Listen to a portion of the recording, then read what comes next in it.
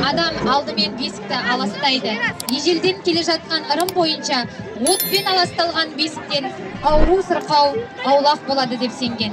Сонан соң бесіктің жасауларын қайырып қойып, тыштырма жасап, бесіктің бос түбегінен тәттілерді өткізеді. Ал ендігі кезекте Маңғыстау облыстық көп бейінді аурухананың дайындаған бесікке салу көрінісін тамашалаңыздар.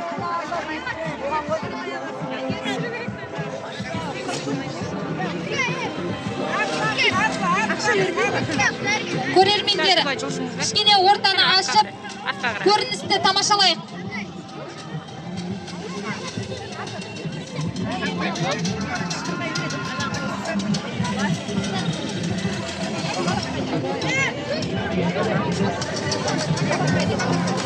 Кішкене ортаны ашамыз.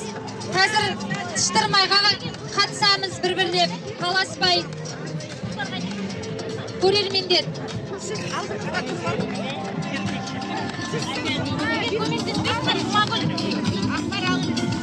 Ашамыз. Жолды. Сырыңыздар шарға тұрып.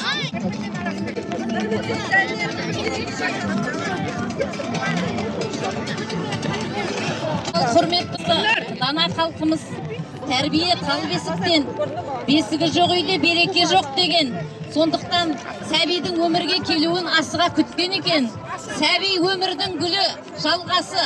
Ендеше біз қазір мынау қазақтың жөн-жоралғысы бойынша бесікке салу рәсімін бастайды. Қарағайдың ашынан аршанын жасайды. Түбегі қайда түбегі?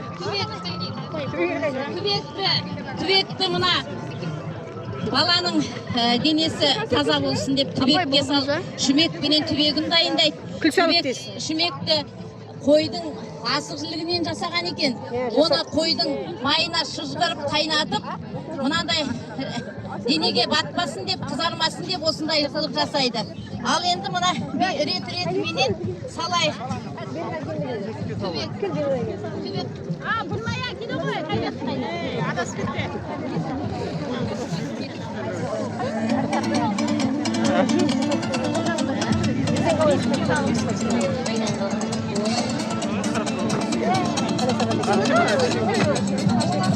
Түбегіңді салайын, шүмегіңді салайын.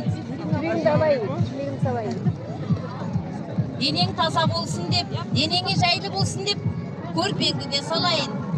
Басыңа жастық жастайын, басыңа жұмсақ болсын деп.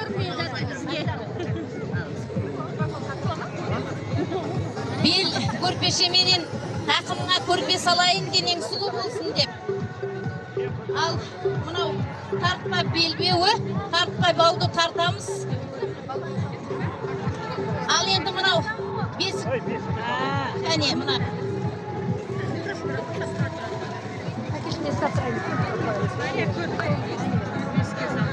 Мынау төсек үшін төсеп алайық әуелі.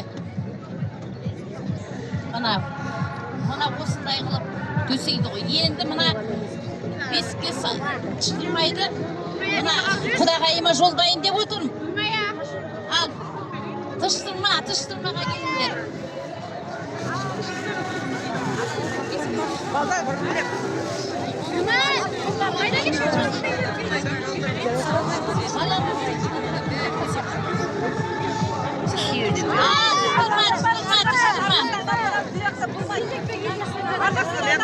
Ал, тыштырмаға келіңдер.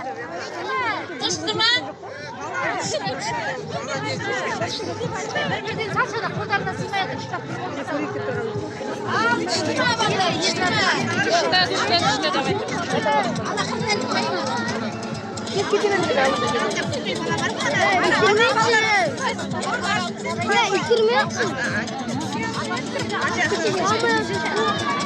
Ne var papa? Ay sapı.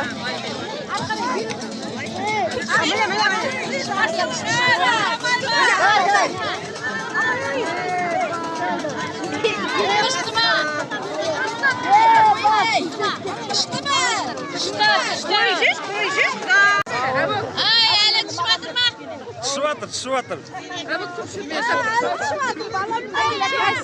Қайыз апа, қайыз апа.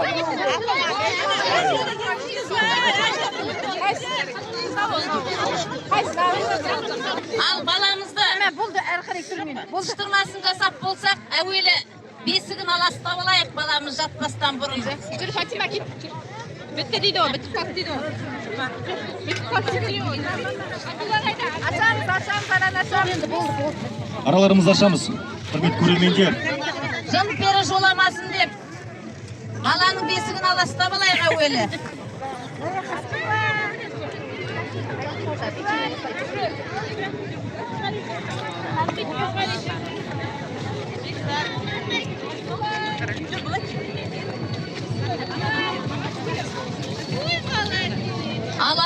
Алас бәле жәле қаш. Алас баламыздан алас. Тілдінің тілінен алас, көзінің көзінен алас. Алас пәлесі қаш. Ай, мә, келіндер, ие болыңды мұна. Ал баламызда келін бесікке салатын.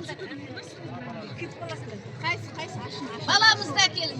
Я, бисмиллахиррахманиррахим. Менің қолым емес. Бибатима әжеміздің қолы. Ал.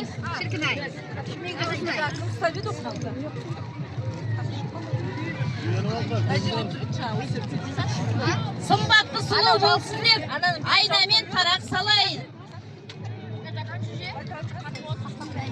Қамшылай өткір болсын деп, басына пышақ жастайын. Жын пері жоламасын деп, қамшыны да қоса салайын. Тіл көзден аман болсын деп, бой тұмарында тағайын. Ой, молодец. Ал, мынау қатты ең бірінші аяғын байлайды, бала дәретін жаймасы деп. Сосын қолынан шошиды деп, қолын байлайды. Байлаған кезде, мына қолдың бір қарысы, мынандай денесі қысылып қалмас үшін, қарайды екен, бұл қолын салып қарайды екен мынандай қылып. Сосын барып байлайды. Ал денес қаптай ұйқысы болсын деп, мына басына қап жабамыз. Жеті киім бар ма? Әкелің жеті киім. Әкел, кімнің киім бар? Қаптай ұйқысы қаптай болсын, мә, әуелі қабын жап. Балам, киімдерін шешіп беріңіз. Ал, жеті киім жабамыз.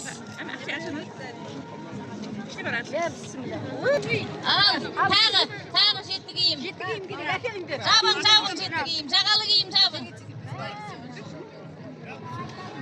Жабай бет. Кәне балам жап. Жеті киім.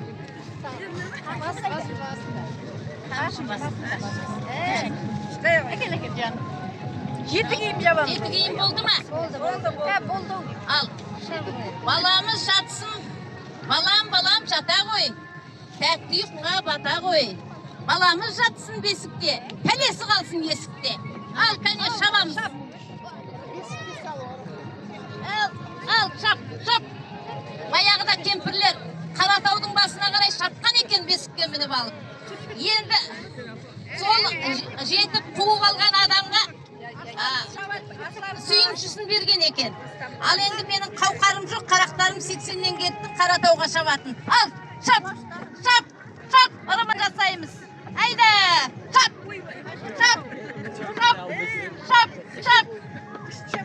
Ал, мінекей, осындай қазақтың ырымын барымызша жасап атырмыз, қарақтарым. Ал, бәріңе де жұғысты болсын. Құрмет қошеметтеріңіз